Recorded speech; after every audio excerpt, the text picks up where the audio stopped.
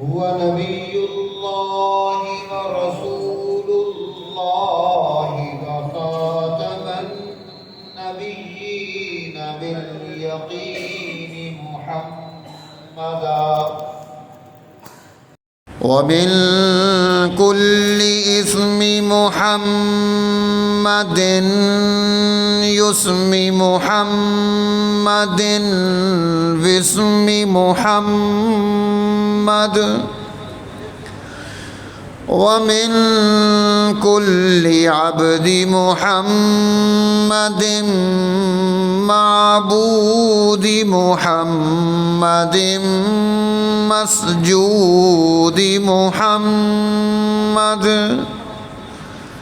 صلى الله تعالى عليه وعلى آله وأصحابه هو نبي الله ورسول الله وخاتم النبيين باليقين محمدا عبده ورسوله أما بعد فأعوذ بالله من الشيطان الرجيم بسم الله الرحمن الرحيم إن هذا القرآن يهدي للتي هي أقوم ويبشر المؤمنين الذين يعملون الصالحات أن لهم أجرا كبيرا. وقال النبي الكريم صلى الله عليه وسلم أشراف أمتي حملة القرآن وأصحاب الليل. وقال يا أبا ذر عليك بتلاوة القرآن فإنه نور لك في الأرض وزخر لك في السماء أو كما قال النبي الكريم صلى الله عليه وسلم. صدق الله العظيم وبلغنا رسوله النبي الأمي المدني الهاشمي الكريم ونحن على ذلك لمن الشاهدين والشاكرين والحمد لله رب العالمين. اللهم صل على محمد وعلى آل محمد كما صليت على إبراهيم وعلى آل إبراهيم إنك حميد مجيد. اللهم بارك على محمد وعلى آل محمد كما باركت على إبراهيم وعلى آل إبراهيم إنك حميد مجيد.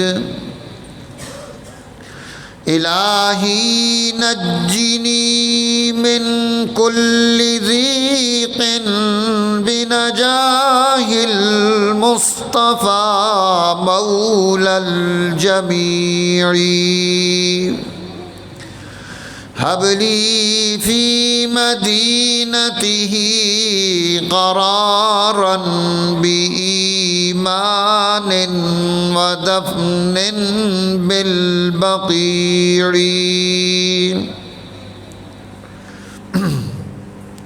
محترم سامعین کرام، جناب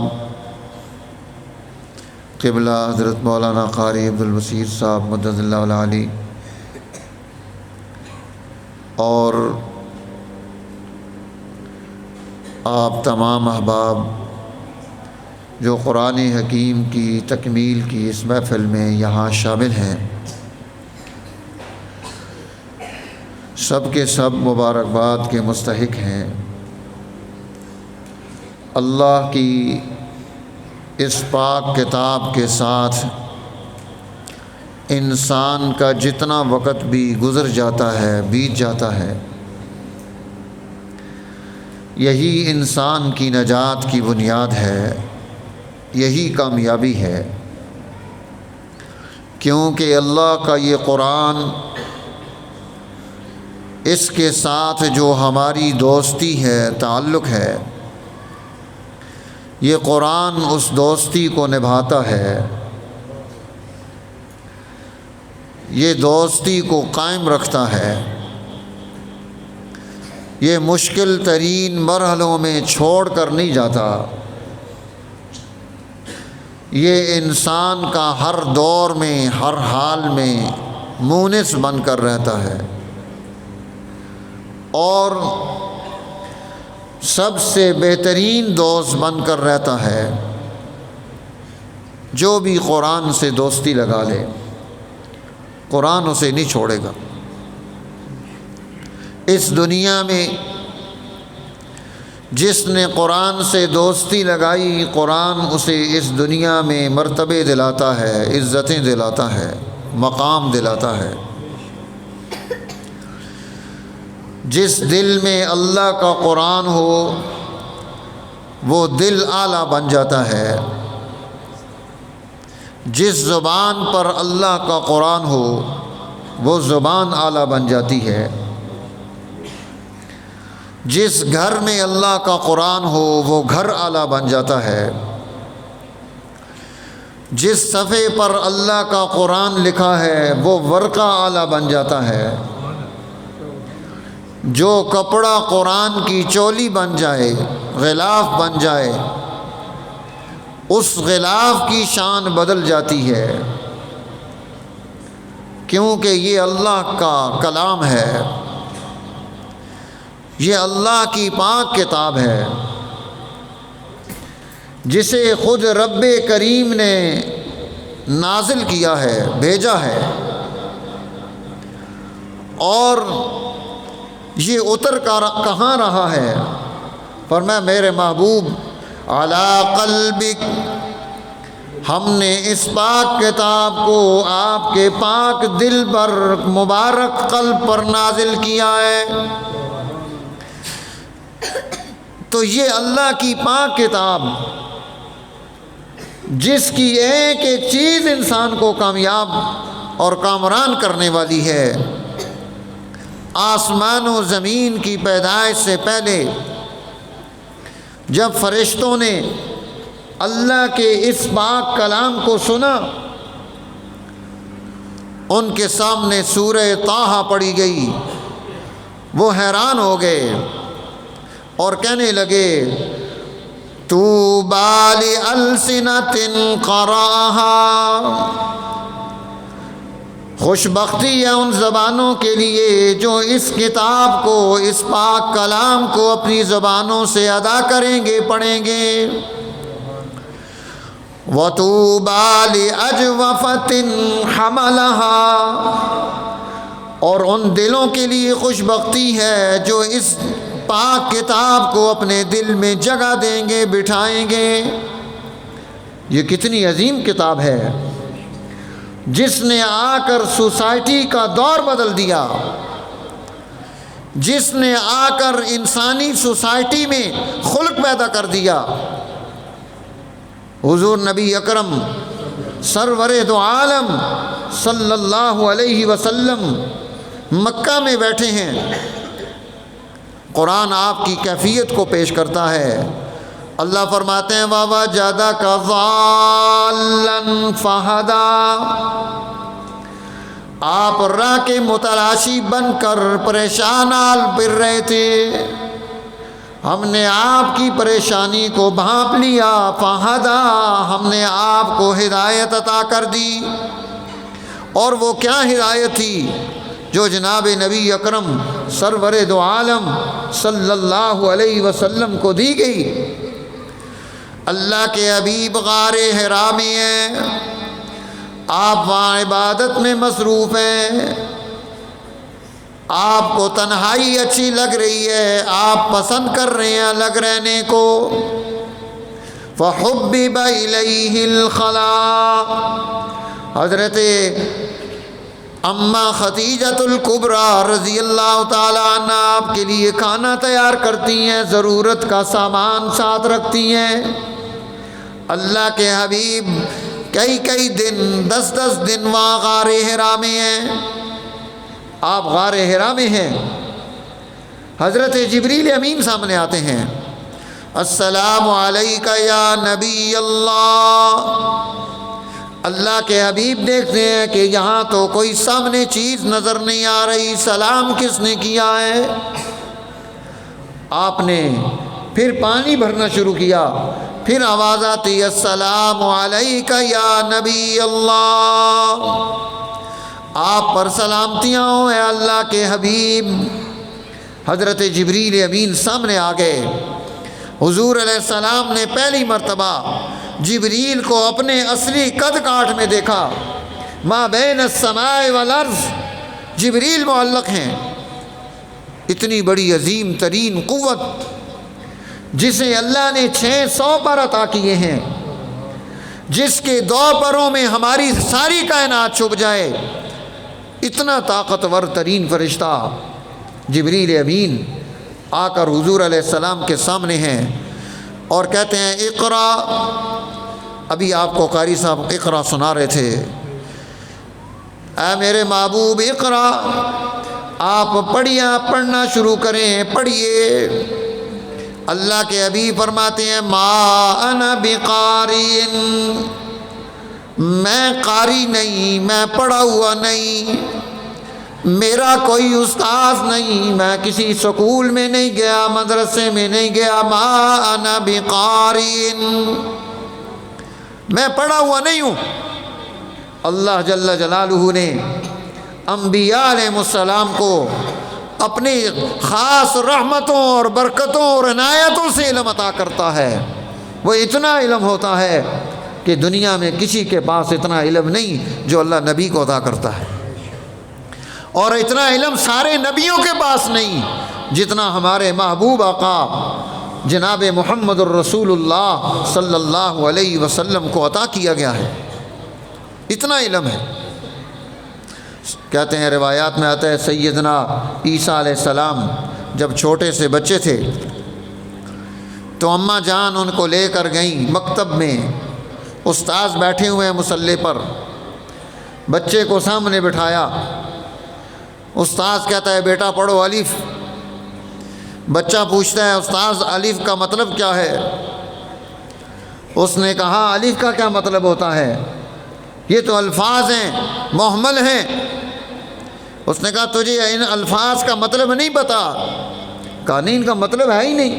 کہا کیوں نہیں ہے مطلب؟ استاد بچے سے پوچھتا ہے بیٹا تجھے پتہ ہے؟ کہا ہاں مجھے پتہ ہے۔ وہ کہنے لگا اچھا بتاؤ کیا مطلب ہے؟ انہوں نے کہا پہلے سیٹ سے اٹھو، جس سیٹ پر تو بیٹھا ہے سیٹ سے اٹھ، شاگرد بن، مجھے استاد کی سیٹ پر بٹھا، پھر میں تجھے بتاتا ہوں الف کا مطلب کیا ہے، با کہتے کسی ہیں، تا کا مطلب کیا ہوتا ہے۔ اب جب حضرت سیدنا عیسیٰ علیہ السلام نے مصلی پر بیٹھ کر الف کا مطلب بیان کرنا شروع کیا، اللہ کی عظمتوں اور شانوں کو بیان کرنا شروع کیا، بعد سے اس کی برکتوں کو بیان کرنا شروع کیا، استاد حیران ہے کہ یہ بچہ چھوٹا سا جو آج الف پڑھنے کے لیے آیا ہے، اس کے پاس اتنا علم ہے، اس کی والدہ کو بلاتے ہیں، آپ کا بیٹا پڑھا لکھا ہے، اسے ہماری تعلیم کی ضرورت نہیں، ہمارے سے زیادہ تو اس کو پتہ ہے۔ اللہ نے نبیوں کو علم دیا ہوتا ہے، وہ ایسا علم ہوتا ہے۔ فرمایا ما انا بقاری، میں پڑھا ہوا نہیں۔ جبریل امین نے اللہ کے حبیب کو پکڑ کر اپنے گلے سے لگایا اور زور سے دبایا۔ اب جب زور سے دبایا، اتنا زور سے دبایا کہ آپ کی پسلیاں، ان مبارک پسلیوں کو تکلیف محسوس ہونے لگی، اور 3 مرتبہ اب اللہ کے حبیب پڑھ رہے ہیں اقرا بسم ربک الذی خلق، اے میرے محبوب پڑھی اس رب کا نام الذی خلق، جس نے ساری کائناتوں کو وجود بخشا ہے، جس نے کائنات کے ایک ایک حصے اور ذرے کو پیدا کیا، اس کا نام پڑھیے۔ دنیا میں کوئی لات کا نام پڑھ رہا تھا، کوئی منات کا پڑھ رہا تھا، کسی کے سامنے عزا تھا، کسی کے سامنے اور بڑے بڑے بت تھے، کوئی فرعونوں کا نام لیتا ہے، کوئی نمرودوں کا نام لیتا ہے، پر میں میرے محبوب ان سب ناموں کو ایک طرف کر دو، اقرا بسم ربک الذی خلق۔ اب آپ اس رب کا نام پڑھنا شروع کریں جس نے کائنات کو وجود بخشا ہے۔ جب ان سے پوچھا جائے زمین کس نے پیدا کی، آسمان کس نے پیدا کیا، یہ سورج کا خالق کون ہے، یہ چاند کا خالق کون ہے، تو کہتے ہیں اللہ ہے۔ یہ اللہ ہے جو ساری کائناتوں کا خالق ہے، جو خالق ہے، نام بھی تو کائنات میں اس کا آنا چاہیے۔ دنیا میں اس کا نام انسان بھول گئے تھے، کعبہ میں پڑے ہوئے 360 بت بتا رہے تھے کہ یہاں بت رہتے ہیں، یہاں رب نہیں ہے جس کا یہ گھر ہے۔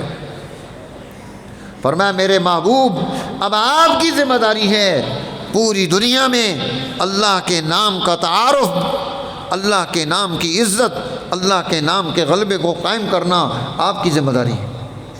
اسی لیے حضور علیہ السلام نے فرمایا کہ ایک وقت آئے گا کوئی ایک ایسا گھر کچا اور پکا نہیں رہے گا جہاں اسلام کی عزت کا جھنڈا نہ گاڑ دیا جائے۔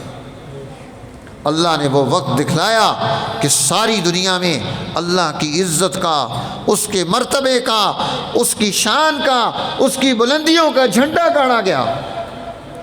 فرمایا اقرا بسم ربک الذی خلق، خلق الانسان من علق، جس نے انسان کو جمے ہوئے لوتھڑے سے، خون سے پیدا کر دیا، جس نے پانی پر نقش و نگار پیدا کر دیے، جس نے اتنا بہترین انسان وجود میں لایا، الذی خلقک، جس نے تجھے پیدا کیا ہے، فسواک فعدلک، پھر تجھے درست کیا، تجھے عدل کے ساتھ برابر کر دیا، فی ای صورت ما شاء رکبک، پھر جیسی تیری صورت چاہیے ویسی تیری صورت بنا دی، فی ای صورت ما شاء رکبک، صورت تیری بنا دی۔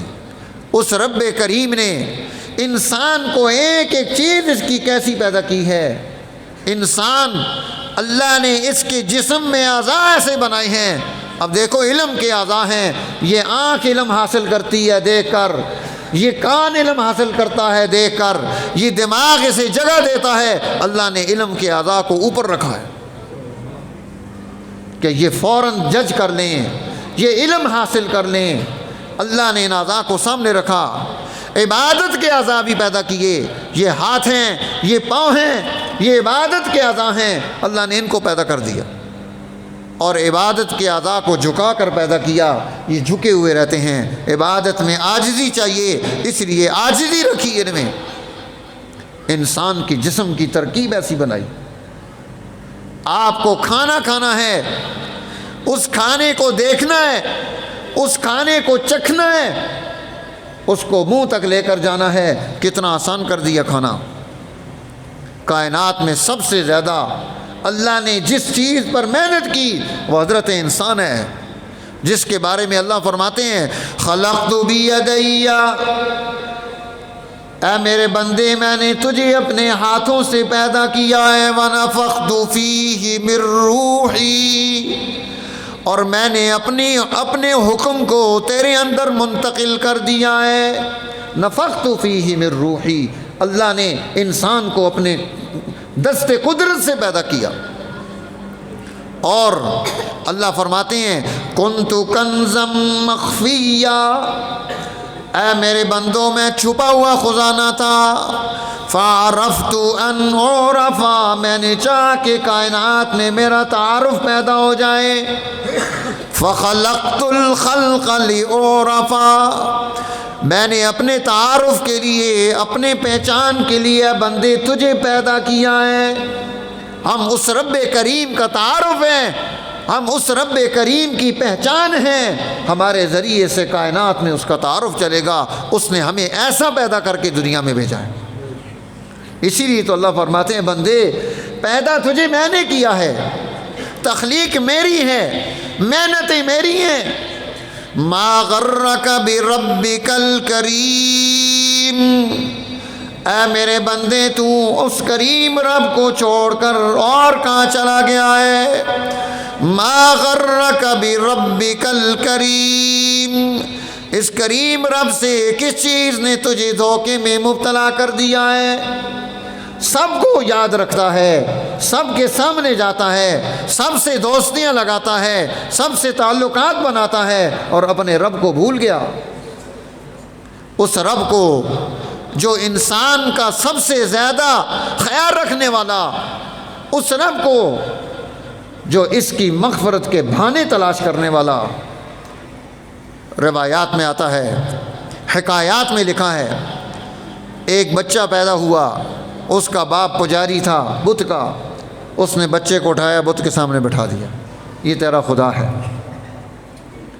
حضرت سیدنا ابو بکر صدیق رضی اللہ تعالیٰ عنہ کو ان کے ابا جان بت خانے میں لے کر گئے کہ یہ ہمارے خدا ہیں۔ حضرت ابو بکر ان خداؤں سے پوچھتے ہیں تمہاری زبان ہے، بولتے ہو، میری بات سنتے ہو، تم مجھے کیا نفع دے سکتے ہو، میرے لیے کیا کر سکتے ہو؟ جواب دو، بولتے کیوں نہیں؟ جب وہ نہیں بولتے، حضرت ابو بکر صدیق نے وہ ایک لکڑی اٹھائی اور ان سب کو توڑ دیا جو وہاں بت موجود تھے ابا کے بت خانے میں۔ کب بولتے ہی نہیں؟ یہ کیسے رب ہیں جو جواب نہیں دیتے؟ یہ کیسے رب ہیں جن کے پاس آنے کے لیے ہمیں گھر میں آنا پڑتا ہے؟ ہمارا رب تو وہ ہے، فرمایا میرے بندے تو رات کی اندھیریوں میں مجھے پکارے گا، میں لبیک کہوں گا۔ اے میرے بندے تو بستر مرگ پر مجھے پکارے گا، میں تیرے لیے لبیک کہوں گا۔ سیدنا موسیٰ علیہ السلام کا زمانہ ہے، بارش رک گئی، سارے لوگ باہر نکل آئے، سارے بارش کے لیے دعا کر رہے ہیں، بارش نہیں ہو رہی۔ حضرت موسیٰ فرمایا وَكَلَّمَ اللَّهُ مُوسَىٰ تَكْلِيمًا، یہ موسیٰ کی شان ہے، وہ اللہ سے ڈائریکٹ ڈائلنگ پر ہیں، جس وقت چاہتے ہیں بات کر لیتے ہیں۔ اللہ سے پوچھتے ہیں اے باری تعالیٰ تیرا نبی نکلا ہے دعا مانگنے کے لیے، بارش کیوں نہیں ہو رہی ہے؟ اللہ نے فرمایا موسیٰ تمہاری جماعت میں سے ایک ایسا بندہ ہے، فیکم، تم میں ایک ایسا بندہ ہے جس سے میں رب کریم ناراض ہوں، میں نہیں تمہارے لیے دعا کو قبول کرتا، اس کے اندر بیماری ہے، گناہ ہے ایک، اس میں چغل خوری پائی جاتی ہے، وہ باتیں ادھر ادھر کرتا ہے۔ حضرت موسیٰ علیہ السلام نے پوچھا یا اللہ بندہ بتا دے میں اس کو یہاں سے باہر نکال دوں، اپنی مجلس سے اس بندے کو کیا کروں؟ باہر نکال دوں۔ ہاں اللہ نے فرمایا موسیٰ جس گناہ سے میں روک رہا ہوں وہی گناہ میں بھی کروں، میں بھی شکایت لگا دوں، ہاں جی میں بھی وہی کام کروں۔ ادھر وہ بندہ نیاز کرتا ہے اللہ کی بارگاہ میں، دل میں توبہ کرتا ہے، روتا ہے کہ اے باری تعالیٰ آج میری عزت رکھنا، میرا پردہ رکھنا، میں آج کے بعد گناہ نہیں کروں گا۔ اس مجلس میں بیٹھے ہوئے اس نے جب اپنے دل میں اپنے رب سے توبہ کی، اللہ نے اس کی توبہ کو وہاں قبول کر لی۔ وہ ایسا کریم رب ہے، وہ معاف کرنے کے لیے انتظار کرتا ہے۔ فرمایا ما غرک بربک الکریم، اے میرے بندو تمہیں کریم رب سے کائنات کی کس چیز میں دھوکے میں مبتلا کر دیا ہے؟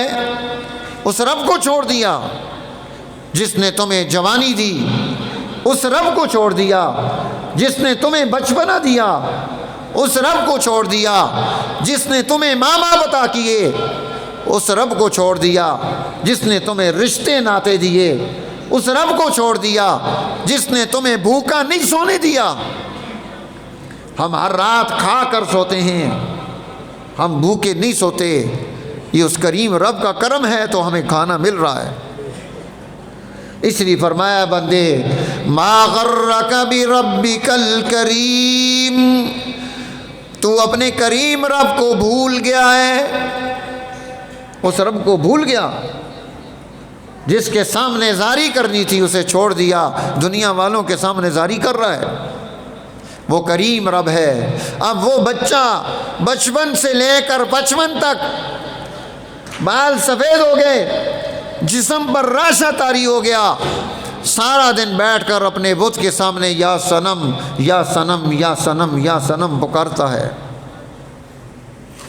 ایک دن اس کی آنکھ لگ گئی اور اس نے غنودگی میں پکار دیا یا صمد، یہ اللہ کا نام ہے، قل هو اللہ احد، اے میرے محبوب آپ کہہ دیں وہ اللہ ایک ہے، اللہ الصمد، وہ اللہ الصمد ہے، بے نیاز ہے، تم نیاز مند ہو، اسے تمہاری ضرورت نہیں، اسے اپنا نظام چلانے کے لیے کسی نبی کی ضرورت نہیں، اسے کسی ولی کی ضرورت نہیں، اسے کسی فوج کے رکھنے کی ضرورت نہیں، اسے کچھ بھی کرنے کی ضرورت نہیں، وہ رب ہے اللہ الصمد۔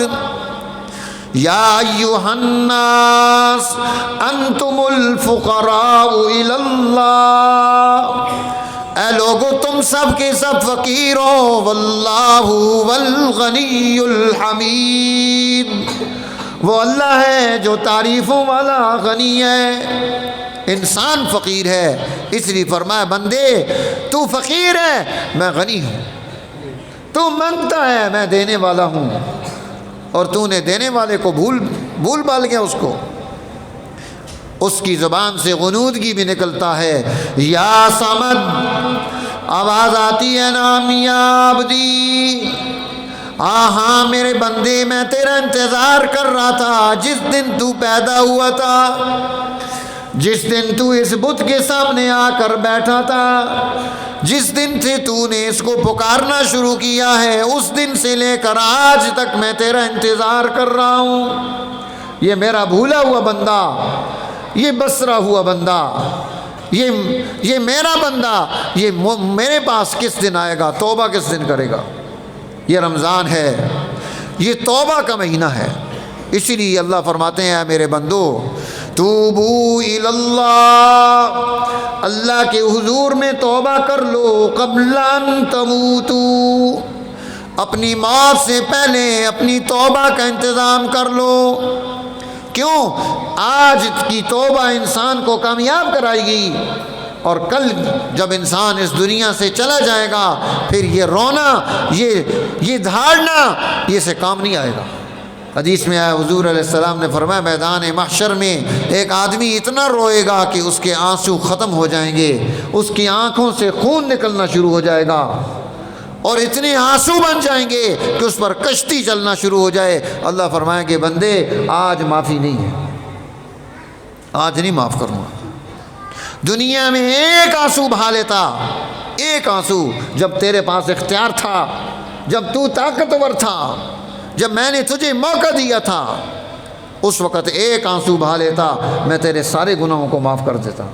اسی لیے اللہ جل جلالہ فرماتے ہیں کہ جب کوئی بندہ ہے مومن، کوئی گناہگار بندہ، کوئی اللہ کا نافرمان بندہ، وہ توبہ کے لیے اللہ کی بارگاہ میں آتا ہے، حدیث مبارکہ میں آتا ہے ایک آدمی بنی اسرائیل میں اس نے 99 قتل کیے، اس کے دل میں خواہش پیدا ہوئی کہ میں توبہ کر لوں، ایک راہب کے پاس گیا، اس کو کہا میں نے 99 قتل کیے ہیں، اس نے کہا بابا تیری بخشش کوئی نہیں، تو فارغ ہے۔ اس نے کہا اچھا کوئی بخشش نہیں، کوئی راستہ؟ کوئی راستہ نہیں۔ اس نے اس کو بھی مار دیا۔ پھر دل میں ندامت ہوئی کہ میں نے تو اور غلط کر دیا۔ اب اس ندامت کے ساتھ وہ وہاں سے نکلا، کسی نے اس کو بتایا کہ فلاں بستی میں چلا جا، بستی میں وہاں ایک اللہ کا نیک بندہ رہتا ہے، اس کے پاس جائے گا تو وہ تجھے توبہ کرا کر اللہ سے ملا دے گا۔ چل پڑا یہاں سے، سفر کے لیے نکلا۔ جب تھوڑا سفر طے کر چکا، موت آ گئی، ملک الموت حاضر ہو گیا، روح قبض ہو گئی۔ ادھر ملک الموت نے روح قبض کی، ادھر فرشتے آ گئے، یہ جہنم کے فرشتے ہم اسے جہنم میں لے کر جائیں گے، یہ جنت کے فرشتے ہم اسے جنت میں لے کر جائیں گے، یہ توبہ کی نیت سے نکل پڑا ہے۔ وہ فرشتے کہنے لگے نہیں، ابھی یہ توبہ کے مقام پر نہیں پہنچا تھا، اس نے توبہ نہیں کی تھی۔ فرشتوں میں جھگڑا ہے، اللہ جل جلالہ کی بارگاہ میں جھگڑا پہنچا، اللہ اس جھگڑے کو حل کرتا ہے۔ اللہ فرماتا ہے فرشتوں کو جاؤ، جا کر زمین کی پیمائش کرو، جدھر زمین زیادہ ہے وہ اس کو لے جائیں۔ ابھی گھر سے نکلا ہے، فرشتے نیچے آ رہے ہیں پیمائش کرنے کے لیے زمین کی۔ اللہ نے زمین کو حکم دیا ہے زمین تو ادھر سے سکڑنا شروع کر دے جدھر اس نے جانا ہے۔ زمین سکڑتے سکڑتے چھوٹی ہو گئی، جس زمین سے چل کر وہاں سے قدم نکالے تھے، اللہ نے زمین کو حکم دیا ہے زمین تو یہاں سے پھیلنا شروع کر دے۔ زمین پھیلتی چلی جا رہی ہے، وہ پیچھے جا رہی ہے، فرشتے پیمائش کرتے ہیں یہ زمین زیادہ ہے، وہ زمین تھوڑی رہ گئی جہاں سے پہنچنا تھا۔ جنت کے فرشتے اسے جنت میں لے کر جا رہے ہیں۔ اللہ ایسے معاف کرتا ہے۔ ابھی اس نے توبہ کی نیت کی ہے، ابھی اس نے توبہ کی نیت کی ہے، توبہ نہیں کی، ابھی تلاش کر رہا ہے کہ میں توبہ، میری توبہ قبول ہو جائے، اور اللہ جل جلالہ اس نیت پر اسے یہ انعام عطا فرماتے ہیں، اپنے حکم سے زمین کو چلا دیتے ہیں۔ میرے دوستوں ہم اس رب کی طرف بڑھیں تو صحیح، اسی لیے تو اللہ فرماتا ہے ما غرک بربک الکریم، اے میرے بندے تجھے کریم رب سے کس چیز نے دھوکے میں مبتلا کر دیا ہے؟ اس کریم رب کو تمہیں یاد رکھنا ہے۔ اس لیے حضور علیہ السلام سب سے پہلا یہ حکم نامہ اللہ کے قرآن کا لے کر آئے جس نے دنیا میں انسانوں میں روشنیاں پیدا کر دی۔ اور حضور علیہ السلام کی محنت کا نتیجہ کائنات نے دیکھا۔ کہتے ہیں کہ مولانا عبید اللہ سندھی رحمۃ اللہ علیہ فرماتے ہیں کہ میرا ایک جو یہ مرزائی تھے ان کے ساتھ مناظرہ ہو گیا، بات ہو گئی، وہ دلائل دے رہے تھے اپنے اس مرزائی احمدی کی نبوت کے۔ مولانا سندھی فرماتے ہیں کہ میں نے ان سے کہا کہ ہمیں دلیلوں کی ضرورت نہیں، میں تمہارے ساتھ عقلی بات کروں گا۔ کیا کروں گا؟ عقلی بات کروں گا، تم مجھے اس عقلی بات کا جواب دے دو تو پھر تمہارے ساتھ گفتگو چل سکتی ہے آگے۔ کہا جی کیا؟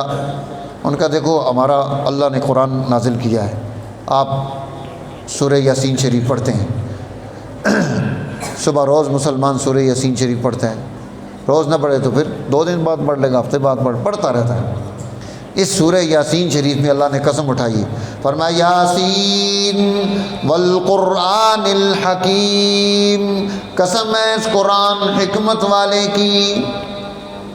وہ فرماتے ہیں اللہ نے یہ قرآن حکمت والا نازل کیا، اور اس قرآن کی حکمت رسول اللہ صلی اللہ علیہ وسلم نے اپنے دور میں اس قرآن کے ذریعے سے ایک جماعت پیدا کی جسے جماعت صحابہ اور اہل البیت کہا جاتا ہے۔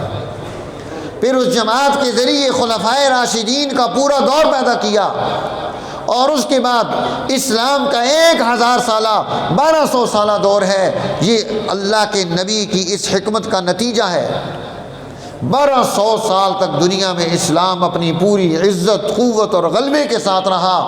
رزق کی فراوانی تھی، نعمتیں ہی نعمتیں تھیں، کوئی پریشانی نہیں تھی۔ اسلام کا پورا دور عزت اور غلبے کا 1200 سالہ دور ہے۔ کہا اس قرآن حکیم کی یہ دلیل ہے انک لمن المرسلین، کہ آپ رسول ہیں، آپ رسول ہیں۔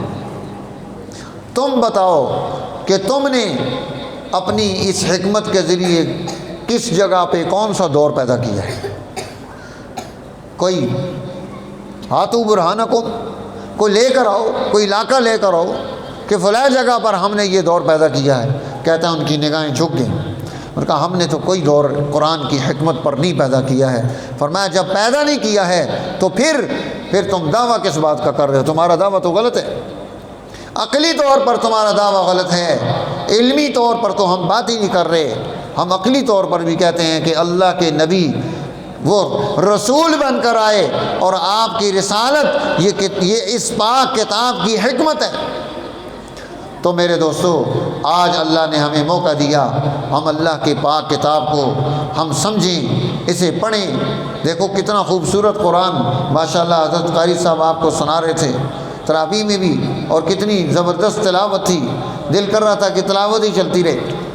اللہ جل جلالہ ان کو اور برکت نصیب فرمائے، اور ہمارے جتنے احباب دور قریب سے یہاں آئے ہیں اللہ تعالیٰ سب کے آنے کو قبول فرمائے، اور یہاں کی جو ہے آپ کی اس مسجد کے لوگ جو منتظمین ہیں، جنہوں نے کردار ادا کیا، بھائی جاوید صاحب انہوں نے رابطہ کیا کہ آپ اس دفعہ آپ ہمیں ٹائم دیں، اللہ تعالیٰ سب کی محنتوں کو قبولیت نصیب فرمائے، دنیا اور آخرت کی برکات نصیب فرمائے۔ وآخر دعوانا الحمدللہ رب العالمین۔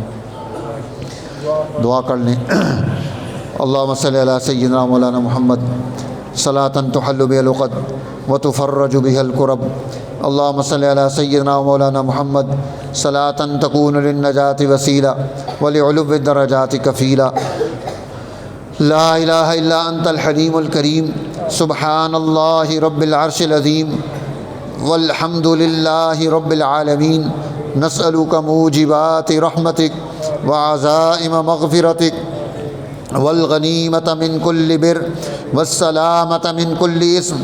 لا تدع لنا ذنبا الا غفرتا ولا ہما الا فرجتا ولا دینا الا قضیتا ولا مرضا الا شفیتا ولا حاجة هي لك رضا الا قضیتها یا ارحم الراحمین یا ارحم الراحمین یا ارحم الراحمین یا اکرم الاکرمین یا ذا الجلال والاکرام یا ذا الجود والکرم والمن والعطاء والاحسان۔ یا اللہ یا رحمان بجلالک ونور وجہک بجلالک ونور وجہک ان تلزم قلوبنا حفظ کتابک۔ اے اللہ، یہ رمضان المبارک کی بابرکت ساعت ہیں، تاک رات ہے، تیرے پاک کلام کو اول سے آخر تک سنا گیا ہے۔ اے اللہ، اور یہ اجتماع اتنا بڑا یہاں بیٹھا ہے، اس میں معصوم بچے بھی موجود ہیں۔ اے اللہ، جن کا کوئی گناہ نہیں ہے، اور سفید داڑھیوں والے بھی ہیں جن کی سفید داڑھیاں دیکھ کر تجھے حیا آتی ہے، اس میں حفاظ علماء بھی ہیں۔ اے اللہ، تیرے محبوب بندے بھی ہیں، خواتین بیٹھی ہیں۔ اے اللہ، ان میں سے جو تجھے پسند ہے، اچھا لگتا ہے، اے اللہ اس کی برکت سے ہمارے گناہ معاف فرما دے۔ اے اللہ، ہم گناہ گار ہیں، ہم خطا کار ہیں، ہم نے تیری نافرمانیاں کی ہیں، تجھے ناراض کیا ہے، تجھ جیسے قریب رب کو بلائے رکھا ہے، ہر چیز کو ترجیح دی، تجھے ترجیح نہیں دی، ہر ایک کو ٹائم دیا، سارا دن موبائلوں میں لگے رہے، پر تیرے ساتھ بات نہیں کی، اپنے بہنوں بھائیوں سے باتیں کی، ٹیلی فون کیے، اے اللہ تجھے ٹیلی فون نہیں کیا۔ اے اللہ، تیرے سے دور رہے۔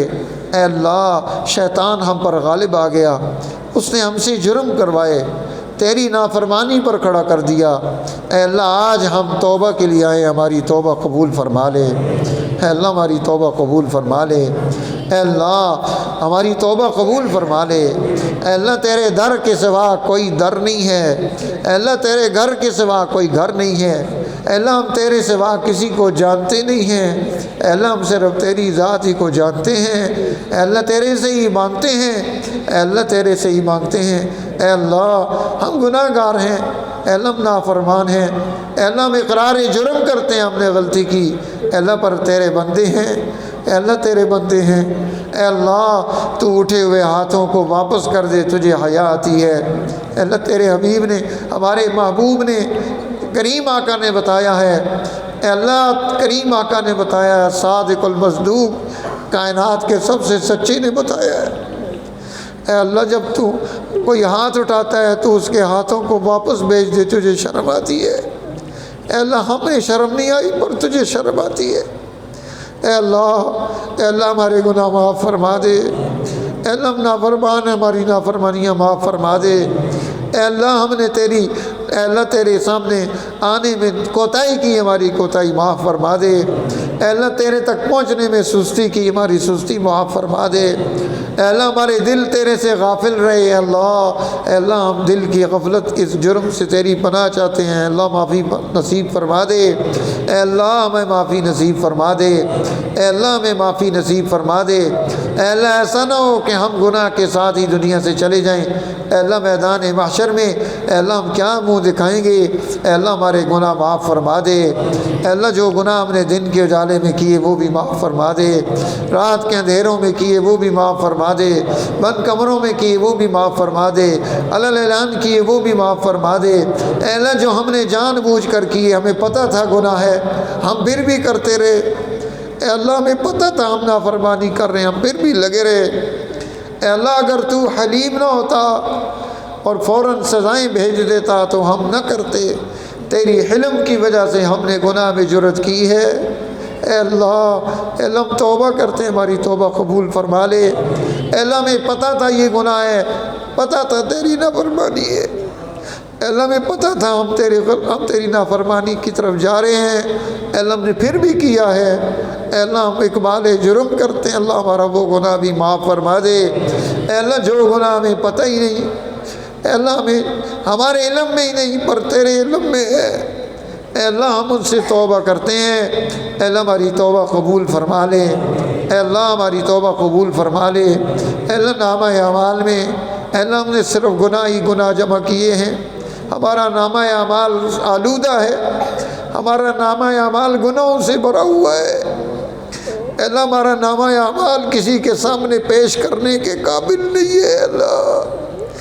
اے اللہ میدان محشر میں اسے کھولا جائے گا، اے اللہ اسے کھولا جائے گا، اے اللہ ہمارے محبوبہ کا اس کو پڑھیں گے، اے اللہ صحابہ اس کو دیکھیں گے، ہمارے خاندان والوں کے سامنے آئے گا۔ اے دنیا میں پردہ رکھنے والے، ہم وہاں بھی تیرے حضور میں پردے کی التجا کرتے ہیں، یا ستار العیوب فاستر لنا عیوبنا، فاستر لنا عیوبنا، ہمارے عیبوں پر پردے ڈال دے اللہ، ہمارے عیبوں پر پردے ڈال دے اللہ، ہمارے عیبوں پر پردے ڈال دے اللہ،